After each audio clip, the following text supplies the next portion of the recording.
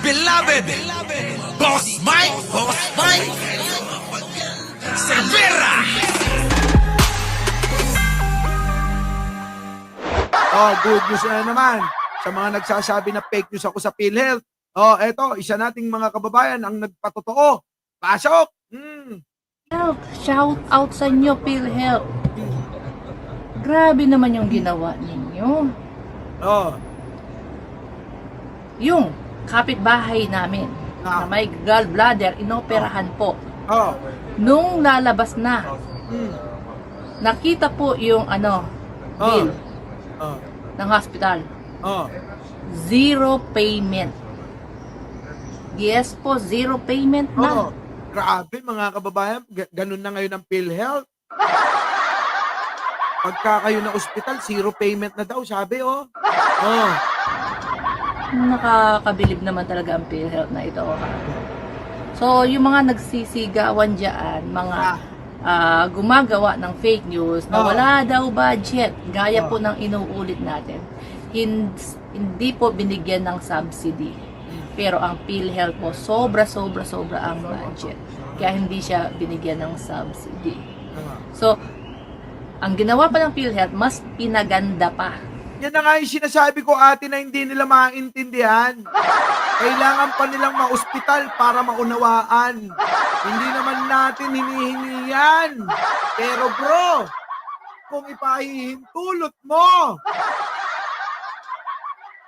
sana, para mas maunawaan nila. Aba, edi, subukan nila ma-ospital. Wag naman sana bro, wag, joke ko lang yun. Bro, joke lang.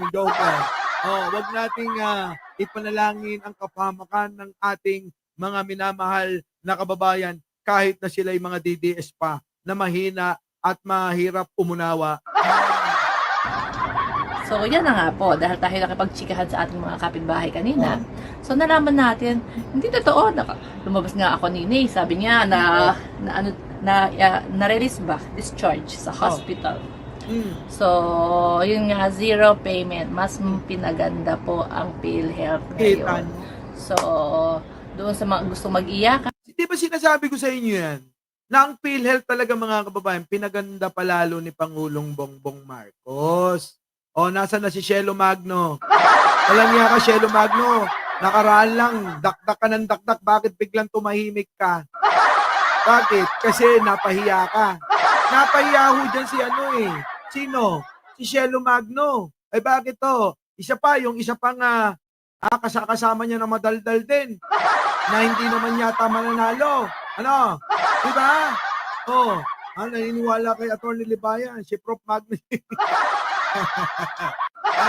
O, paano ngayon ito? Yung mga mismong na ospital ang nagpapatotoo. Para masubukan nyo, magpa-ospital din kayo. Sabihin nyo, meron din kayong meron din kayong sakit sa apdo. Tulad nito ni Frida, yung inaanak ko din, Sir Mike, na-operahan sa apdo, zero payment. Kita nyo? Yan yung mga kababayan noon, di ba? Kukunti lang yung natatanggal. Pero ngayon, mga kababayan, kakaiba. Halos wala na kayong bayaran. Yan po mga kababayan, ang ginagawa nilang kalituhan. Nililito nila ang taong bayan para mapasakitan ang gobyerno ni Pangulong Bongbong Marcos. Dapat po kasi mga kababayan, unawain nating maigi yung mga bali-balita at sinasabi ng mga ilan para hindi tayo nalilinlang. Diba? So, alam nyo na ngayon mga kababayan, maliwanag yan. So ano pa? Diba? Ito pa, patotoo, true, Boss Mike, almost 2 weeks yung asawa ko sa hospital due to mild stroke. Paglabas niya ng hospital, zero bill kami. Pinakita lang ng PhilHealth ID ko. Dahil OFW ako, no question asked. Kita nyo? Hindi maitatago sa sambayan ng Pilipino ang serbisyo ng gobyerno. Nung panahon ni Digong, meron bang ganyan? Meron, dinudugas lang nila. Di ba? Ano nangyari dyan, mga kababayan? Aba, nawalan ng 15 billion, hindi na makita hanggang ngayon. Tapos sabihin nyo, si Pangulong Bongbong Marcos, ang may ginagawang kalokohan, malabo. Bakit kanyo ito pagtatapat ko sa inyo? Alam nyo ba mga kababayan? Ito pala ang kwento. Dahil sa dami ng inutang ni Digong nung panahon ng panunungkulan niya, hirap na hirap si Pangulong Bongbong Marcos na pagbayaran ang mga inutang na yan. Ang nangyari mga kababayan, dahil nga may nakaimbak na pera ang PhilHealth, baka pwede naman yung nakalaan na budget, pwede ba ibayad muna natin sa mga inutang ni Digong? Kita nyo mga kababayan, masama ba yun? Siyempre bilang namumuno, kailangan gumawa ng paraan kung saan kukuha ng pambayad sa mga inuutang para mapaganda natin yung ating imahe sa pangkalahatan sa buong mundo. Di ba? Oh, yun ang ginawa ng Pangulo. Ang gobyerno ang gumawa. Tapos sasabihin nila, hala, kasasakitan, kawawa naman yung mga taong bayan. Paano na pag na-ospital? Wala na kayong mapapala. Bakit kayong pinaganda pa pala? Bakit kaya pala nila nabayaran lahat yung ating mga mga babayaran sa ospital? Diba? Sabi rito, sabi, brother-in-law ko, zero payment sa Baguio General Hospital. Kita nyo, itatago nyo ba yan sa taong bayan?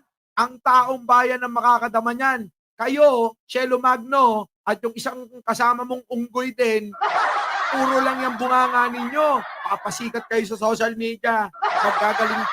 Nagmamagaling-magaling kayo. Putik na yan ngayon. Ano masasabi nyo ngayon? Wala na. Nakakalimutan din nila yan.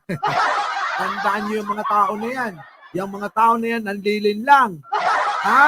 Nanlilin lang yung mga tao na yan. So ito na mga kababayan. Puntaan naman natin si Marcoleta na gusto nang gawing bayani si Digong. At ito pa masakit mga kababayan. Si Marcoleta, gusto pang gawing pamalit si Digong kay Jose Rizal. Totoo ba yan? Grabe. Idol, teka muna. Ano ba nasinghot mo sa puwet ni Digong? Bakit ganyan yung mga pinagsasabi mo? Piruin mo. Gusto mo ng pamalit si Digong kay Rizal? Alamin natin yan mga kababayan. Eto na. Pasok! Po ang pagkakataon. Ayan na, si Marcoleta. Idol ko yan. Idol ko. Idol ko. Sabi ni Pay Mura, kita nyo, dami nagpapatotoo rito. Totoo, Boss Mike, kung asawa ng pinsan ko, ilang araw na confine sa CBMC ng Tugigaraw, walang binayaran. Kita nyo mga kababayan. Ito pa. Sino naman to? Si Eli San Pedro, yung isa. Ugot. Yan, isa pa. Yung pala mga kababayan, kailangan pala ng atensyon yan si Eli. Para manalo, tumatakbo raw sa party list. Alam niyo yung mga yan, yung mga gumagawa ng mga issue, may mga interes yan, pansariling interes. Gustong magpapansin, gagamitin ang gobyerno, pasasamain para sa pansariling kapakinabangan. Tama, mali. Eto na, si Marcoleta, balikan ko eto na. Idol, ano ba yung pinaglalaban mo? Idol, makinig kayo konting katahimikan mga kababayan. Konting katahimikan Eto, pakinggan ninyo. Konting katahimikan Marcoleta, ano yung pinaglalaban mo? Baka dumating po ang pagkakataon. Mapalitan si Dr. Jose Rizal. Baka ang maging national hero natin ay si Pangulong Duterte. Yan! Walastik! Walastik tong idol ko! Baka daw, dumating ang pagkakataon na ang magiging national hero ay hindi na si Jose Rizal. Baka daw si Digong na. Diyos ko po, anong klaseng utot ang nasinghot? Ang sakit sa bangs. Idol! Ano yan? Sang-ayon ba kayo dyan? Sa tingin nyo, mga kababayan, nasa tama pa ba? Nakatwiran? Idol, huwag kang magtatampo ha. Baka mamaya mabanggit mo ako sa Quadcom. Oo, pero pag inimbita mo ako, darating ako. Diba, mga kababayan, kita nyo? Kita nyo, mga kababayan? Pati si Rizal pinagtripan. Pati si Rizal papalitan. Ha? Palastik, di ba? Ano, tama? Grabe, di ba? Antindi. Sumakit yung ulo ko, alam nyo ba? Sa totoo lang, ang galing-galing. Oo. Sa totoo lang, matalino naman talaga yan. Hindi ko ba alam? Siguro naaapektuhan. Dahil kahit na anong gawin, mga kababayan, ay hindi pa rin umaangat yan. Yung pagkapanalo bilang senador, kalimutan nyo na yan. Kicks TV, nandiyan ka ba? Yung idol natin, nahihibang. Hindi na alam kung ano sinasabi. Biruin mo si Rizal. Kaya naging national hero, kaya naging pambansang bayani, mga kababayan, lumaban ng hindi dumaan sa karahasan. Kung hindi niya nalalaman, ipaliwanag natin at ipaalala sa kanya, baka nakalimutan niya na. Kaya naging pambansang bayani. Ang ating si Pangulo ay ang ating si Jose Rizal na pambansang bayani. Mga kababayan, siya lang po ang nakipaglaban ng hindi dumaan sa madugo, hindi gumamit ng armas, hindi gumamit ng kahit na anong dahas. Bagkos ang ginawa niya sa paglaban niya, ginawa niya isinulat sa libro at mabasa ng mamayang Pilipino na tayo ay inaabuso, tayo ay ginawang mangmang ng mga Kastila noong panahon ni Maruha. Hindi, ni Maria Clara. Pero ito, gusto ipalit. Sino? Si Digong. Isang mamamatay tao. Tandaan mo, Marcoleta. Si Andres Bonifacio. Naging bayani pero hindi naging pambansang bayani. Bakit kanyo? Pumatay, nakipaglaban ng talagang tagaan kung tagaan. Kaya nga nasabi, Andres Bonifacio, atapang atao, aputol aulo, hindi atakbo. Aputol akamay, hindi atakbo. Aputol apaa, hindi atakbo. Aputol tite, atakbo atuloy. Kaya nga may ganun eh. Ha? Di ba? Tapos gusto mo, si Digong, ang pinatay hindi Kastila, hindi Incheck, kundi kapwa Pilipino ang pinagpapatay ni Digong. Naunawaan mo ba yun? Kung si Andres Bonifacio, puro Kastila kaaway, mananakop ng bansa pinagpapatay. Si Digong, kapwa Pilipino, gusto nyong ipalit kay Jose Rizal? Ayoko na! Ayoko na sa'yo, idol. Hindi na kita iboboto. Kayo po ba, iboboto nyo po ba to? Mga kababayan, iboboto nyo po ba to? Walang yan, mga kababayan, kakaiba. Patiruin ninyo. Si Rizal, papalitan na. So ano na itsura ng luneta? Ang makikita natin, nakaganyan, nakaganyan. Walang yan, mga kababayan, ibang klase. Tawa ko ng tawa nung mapanood ko to talaga.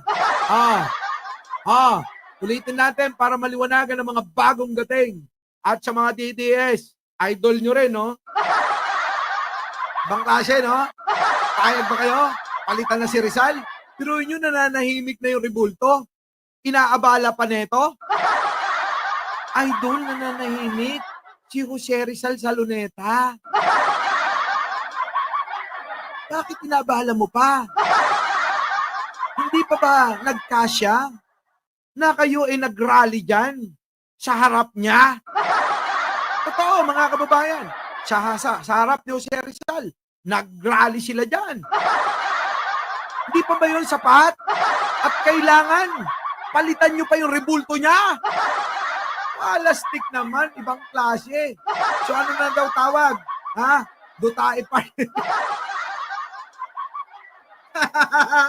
Tapos sasabihin nyo, si Pangulong Bongbong Marcos ang nagpapalit ng kasaysayan. Marcoleta, yung ginagawa mong yan, yung sinasambit mo na yan, yaan ang maliwanag na pinapalitan mo ang kasaysayan. Tama, mali. Mga kababayan, tama, mali. Tama, mali. Ulitin ko para sa mga bagong daring. Pakinggan ninyo. Baka dumating po ang pagkakataon. Baka dumating po ang pagkakataon, mapalitan si Dr. Jose Rizal. Nako. Baka ang maging national hero natin ay si Pangulong Duterte. Nako!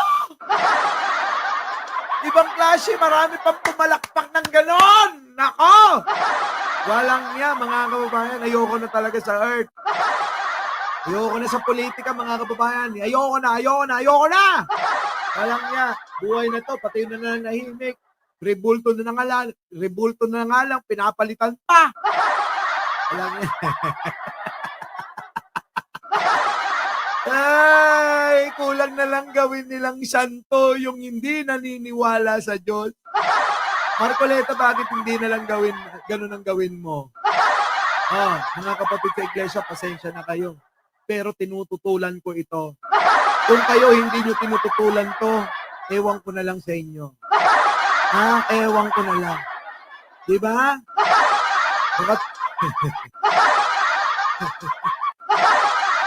Baka nakalimutan nyo yung gumanap kay Felix Manalo.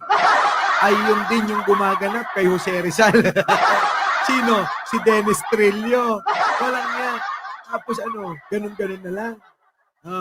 Bakit hindi nila pwedeng sabihin na gawin na lang nating santo. Ngayon tutuligsain kayo. Bakit? Paano mo gagawing santo yung hindi naman naniniwala sa Diyos?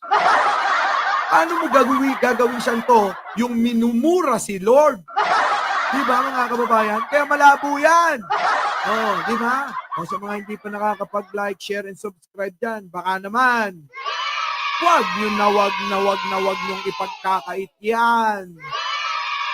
So ngayon, mga kababayan, paki-comment naman dyan kung ano masasabi nyo dito kay Marcoleta na idol ko. Dahil dito, sa idol ko na to, ibang klase to. Kulang na lang talaga gawing santo si Digunyo. So mga kababayan, bahala na kayo dyan. Hanggang dito na lang at napakahaba na ng live natin. Gusto ko lang bumawi sa inyo. At sana sa susunod, pakiusap ko, unahin yung mag-like sa live na to para hindi tayo nadidiskarel sa mga content natin at mga tatalakayin natin. Kasi alam nyo, nandito yung mga DDS nanonood lagi para para i-report tong live na to. Kaya mga kababayan, maraming salamat sa mga laging nagla-like, laging nag-share, at sa mga hindi nakakalimot mag-subscribe. Kaya mga kababayan, hanggang dito na lang. Muli, ako po ang inyong lingkod. Wala na pong iba ang walang kakwenta-kwentang vlogger nyo. Mike Cervera po. Laging nagsasabing happy 21K subscriber na tayo. Biruin ninyo. Hindi pa tayo regular na nagla-live nito. Naka 21,000 na tayo. Samantalang yung mga basher natin, panahon pa ng dinosaur, nagbablog na. Biruin mo, baka maunahan pa natin sila. So mga kababayan, hanggang dito na lang. Sabi ko nga, muli, ako po ang inyong lingkod. Mike Cervera po, lagi nagsasabing, mahalin natin ang ating kapwa, ipagdasal natin lagi ang ating bansa at huwag po natin kakalimutang bisitahin si Bro. Opo, sa araw na ito, nang sa ganon mga kababayang gabayan tayo sa pang-araw-araw na desisyon at ng ating mga ginagawa at nang sa ganon, maitama kung meron mang magiging mali. Ano po? our beloved Boss Mike. Boss Mike.